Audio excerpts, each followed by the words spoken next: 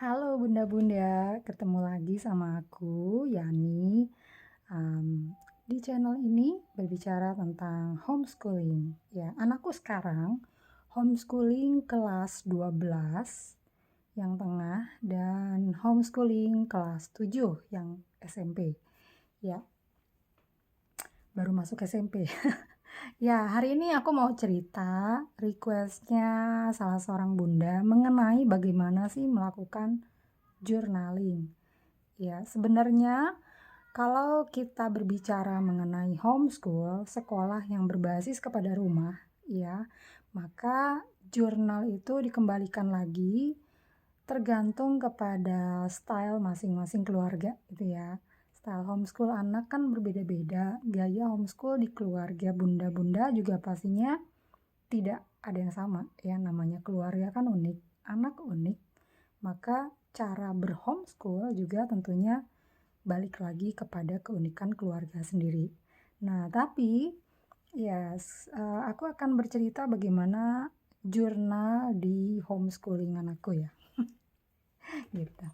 Ya, sebenarnya jurnal aku tuh sederhana aja. Jurnal itu kan mengumpulkan catatan harian anak ya. Itu bisa berupa observasi, ya kan? Bisa berupa portofolio karya, itu ya, atau rincian jadwal, ya. Nah, biasanya aku melakukan journaling itu ada portofolio anak, kemudian ada jurnal pribadi aku juga, itu ya, ya mirip-mirip diary lah, tapi isinya tentang edukasi anak ya. Kemudian jadwal anak yang anak buat sendiri. Nah, itu aku serahkan kepada anakku gitu ya. Kalau jadwal dia sendiri, biasanya aku tanya aja, Dek atau Kak atau A gitu ya. Sekarang jadwal mingguan kamu apa aja yang kamu kerjakan gitu. Nanti dia tulis di papan tulis gitu ya.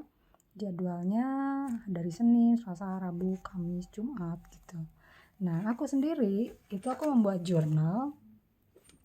Biasanya isinya, nah kalau jurnal aku tuh diawali tiap semester tuh dengan RPP ya, atau kurikulum yang mesti aku jalankan gitu ya. Kurikulum merdekanya tuh apa saja rinciannya. Karena kalau kita melihat kurikulum merdeka itu kan lembarannya itu ribuan gitu ya. Coba teman-teman buka ya, capaian pembelajaran kurikulum merdeka itu banyak sekali. Maksudnya dari kelas PAUD hingga SMA, SMK kelas 12. Nah, jadi kan terlalu banyak. Nah, karena itu ya, dipilah olehku sesuai dengan fasenya. Fase atau juga kelasnya gitu ya. Kayak misalnya ini nih, kalau aku contohkan. Nah, ini diambil dari kurikulum merdeka ya. Capaian pembelajaran kurikulum merdeka kelas 11 semester 1 atau fase F. Nah, itu ya, fase F. Jadi di sini ada misalnya bahasa Indonesia itu belajar apa aja sih gitu kan goalnya. Nah, atau capaian pembelajarannya misalnya peserta didik memiliki kemampuan berbahasa untuk berkomunikasi dan bernalar sesuai dengan tujuan, konteks sosial, akademis, dan dunia kerja. Nah, jadi nanti apa yang dilakukan di homeschooling kita ini ada poin ini gitu ya. Dalam bentuk apapun boleh gitu ya, terserah kepada keluarga masing-masing bagaimana caranya. Nah, itu misalnya. Atau juga peserta didik mampu memahami, mengolah, menginterpretasi, dan mengevaluasi tipe teks dengan topik beragam. Ya, ini pelajaran bahasa Indonesia ya. Gitu. Jadi itu disesuaikanlah dengan apa yang akan dipelajari oleh anak, atau ada enggak pelajaran anak yang bisa dikategorikan dua hal ini. Nah, gitu ya. Jadi silakan aja. Nah, karena goalnya AA waktu itu adalah writing, nah maka di sini ada capaian pembelajaran menulis. Nah, Peserta didik mampu menulis gagasan, pikiran, pandangan, pengetahuan metakognisi untuk berbagai tujuan secara logis, kritis, dan kreatif. Ya. Nah, ini. Jadi ini tuh teman-teman, bunda-bunda ya, diambil dari kurikulum Merdeka ya.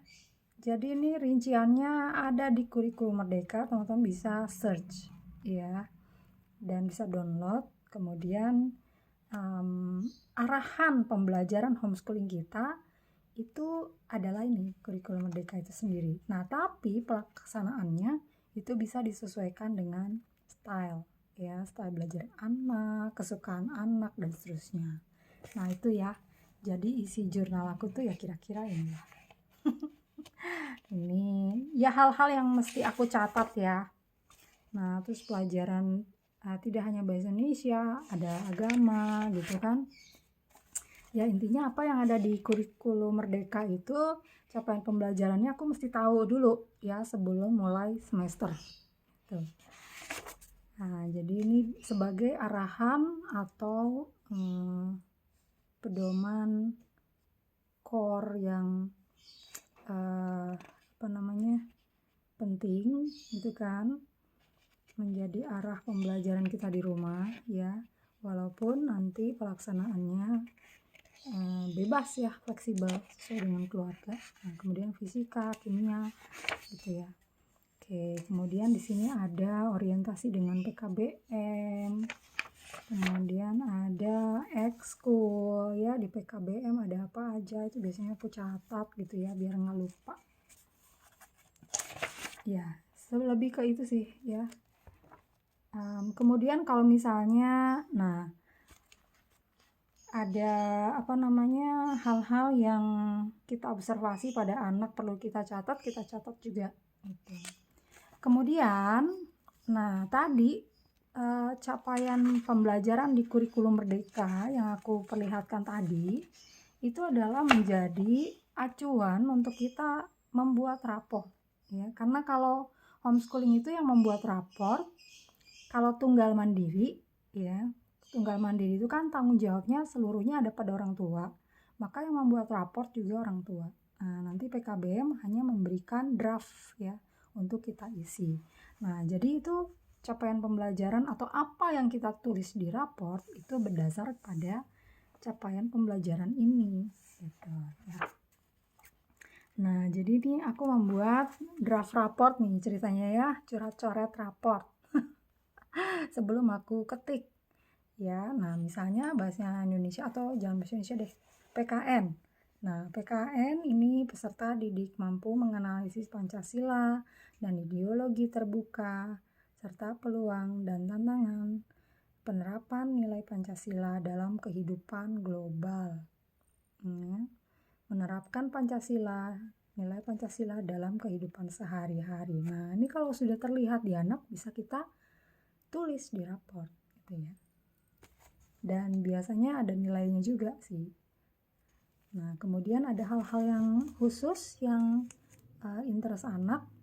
Nih, waktu itu AA membuat kampanye anti bullying. Nah, ini kan bisa masuk ke mata pelajaran PKN ya. Mengikuti event anti bullying dan yang diselenggarakan PKBM dengan membuat komik ya. Nah, waktu itu ada lomba kampanye anti bullying, AA ikut, terus dia dapat juara gitu ya, karena komiknya tuh dinilai PKBM itu baik, yang terbaik gitu. Nah, jadi ini capaian yang khusus gitu kan. Nah, itu bisa juga ditulis di raport ya. Jadi raport tuh isinya detail ya. Kalau raport anak homeschool itu detail karena kita ingin tuliskan bagaimana perkembangan dia kan, perkembangan belajarnya dia. Oke, itu teman-teman ya, jurnal harian aku. Kemudian ada portofolio. Nah, kalau portofolio ini pastinya isinya adalah karya-karya anak ya. Dan aku tulis juga di sini jadwal mingguan gitu. Hasil atau observasi jadwal mingguan dia. Ngapain aja sih? Nah, contohnya misalnya ini ya, anakku lagi apa namanya, ada kegiatan klub badminton. Nah, jadi aku foto gitu ya. Kemudian kegiatan dia ngapain aja sih? Nah, ini lagi sama anti ya, sama antinya gitu, olahraga bareng. Terus diajak nonton katanya.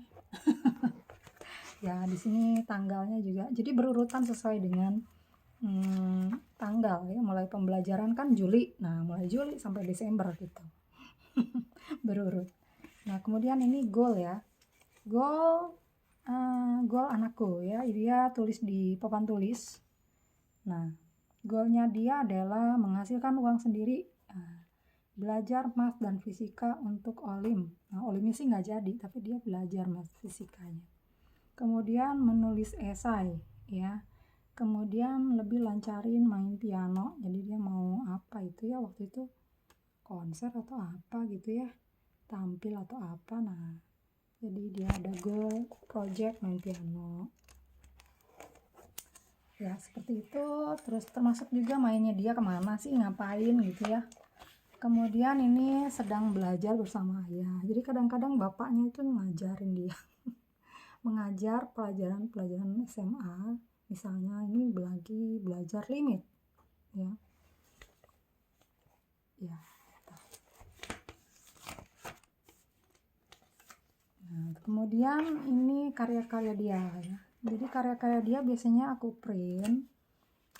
Dia taruh juga, dia bikin portofolio digital juga sendiri. Nah, tapi biasanya aku print juga gitu, supaya bisa dilihat urut-urutan waktunya ya, lebih ke situ sih. Nah, kemudian ini lagi belajar matematika ya.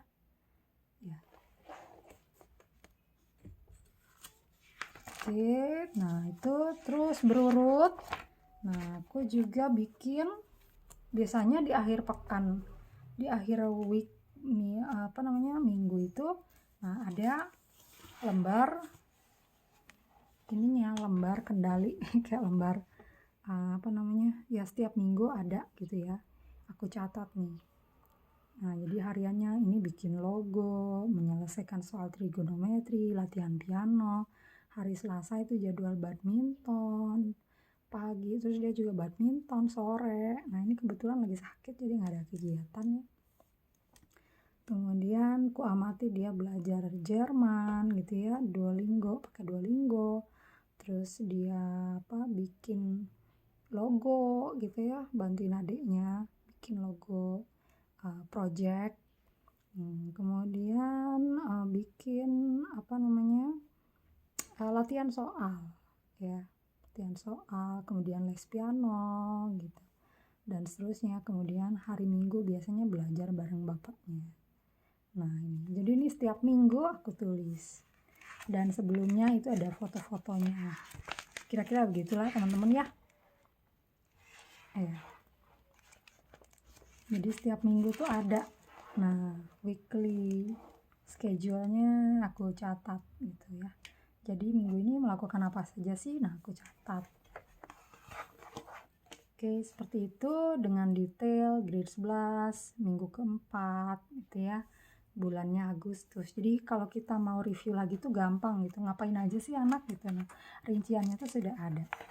Oke, demikian. Nah, terus di akhir portofolio ini ya, ini tulisan dia ya, karena goalnya waktu itu menulis. Nah, kemudian di akhir itu juga ada raport ya. Nah, rincian raportnya. Nah, ini raport yang sudah jadi teman-teman, dan ini ditanda tangan oleh PKBM.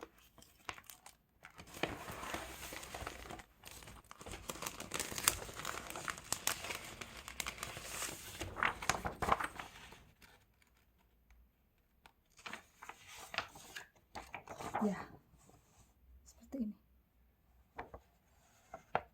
Oke, ya sekian dulu teman-teman sharing tentang journaling. Mudah-mudahan bermanfaat ya buat teman-teman yang tertarik untuk mencoba homeschool bagi pendidikan anak-anaknya.